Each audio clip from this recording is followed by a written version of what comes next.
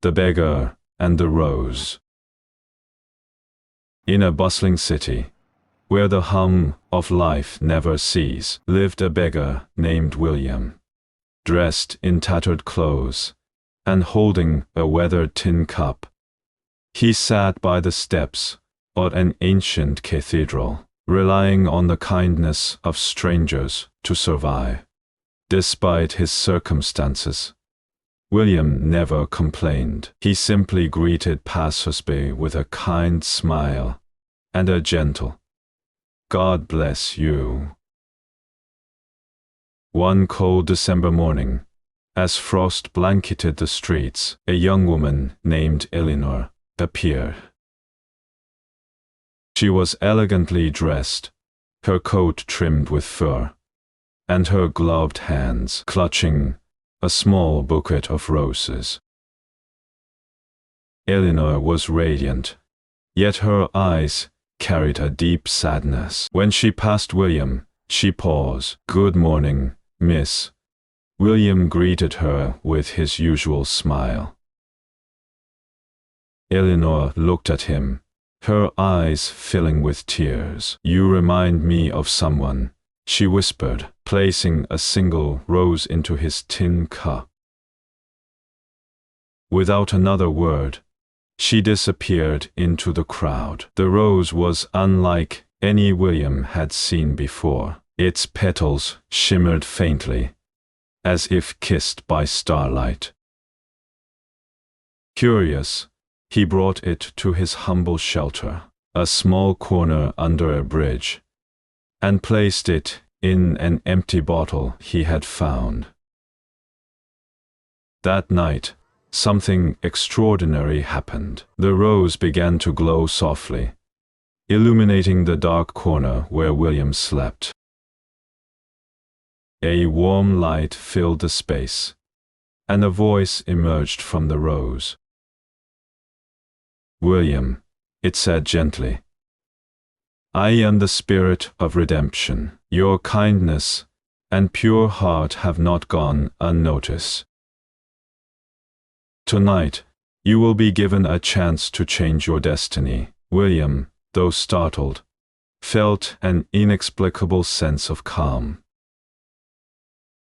"But I am just a beggar," he replied. "What could I possibly do to change anything?" "Sometimes," the spirit said, "the smallest acts of love and justice can ripple into something profound." The next morning, William woke up to find the rose had disappeared. In its place was a silver coin. Not knowing its value, he decided to use it to buy bread. When he reached the bakery, he noticed a commotion. A young boy was being accused of stealing a loaf. "Please, sir," the boy cried, "my sister is sick, and we haven't eaten in days." The baker was unmoved. "The law is the law," he snapped, dragging the boy toward the constable's offices. Without hesitation, William stepped forward. "I'll pay for the bread," he said, holding out the silver coin. The baker inspected the coin, his eyes widening. "This is worth far more than a loaf," he said, handing William several loaves in return. William gave the bread to the boy and his family, who thanked him profusely. As he walked away, he felt a strange warmth in his chest, as if the rose's spirit was still with him. Days turned into weeks, and William continued to perform small acts of kindness. Each time he helped someone, he found another silver coin in his pocket the next morning. It was as if the rose's magic was rewarding his generosity. One day, William encountered Eleanor again. She was sitting on a park bench, weeping. He approached her cautiously. "Miss, are you all right?" he asked. Eleanor looked up, recognizing him instantly. "It's you," she said, "the man I gave the rose to." William nodded. "I never got the chance to thank you. That rose changed my life." Eleanor smiled faintly. "It changed mine too. I gave it to you as a farewell to someone I lost. My fiancé. He died last year. He was the kindest man I ever knew, always helping others, just like you." Moved, William reached into his pocket and found a silver coin. He handed it to Eleanor. "Take this," he said. "I believe it will bring you hope, just as the rose did for me." Eleanor hesitated, but eventually accepted it. The next day, she discovered that the coin was not ordinary. It bore an inscription that read, "Love and kindness will light your path."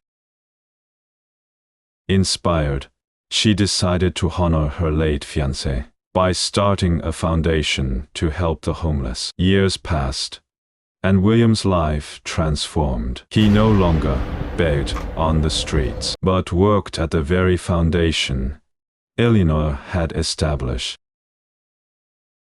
Together, they helped countless people, their bond growing stronger with each passing day. One evening, as they were walking through the city, Eleanor stopped and looked at William. "You know," she said, "I believe you were sent into my life for a reason." William smiled. "And I believe the rose brought us both exactly where we were meant to be." As the two walked away, a faint shimmer appeared in the sky, resembling the glow of a rose. The spirit of redemption had fulfilled its purpose, leaving behind a legacy of love, justice, and the power of small acts of kindness to change the world.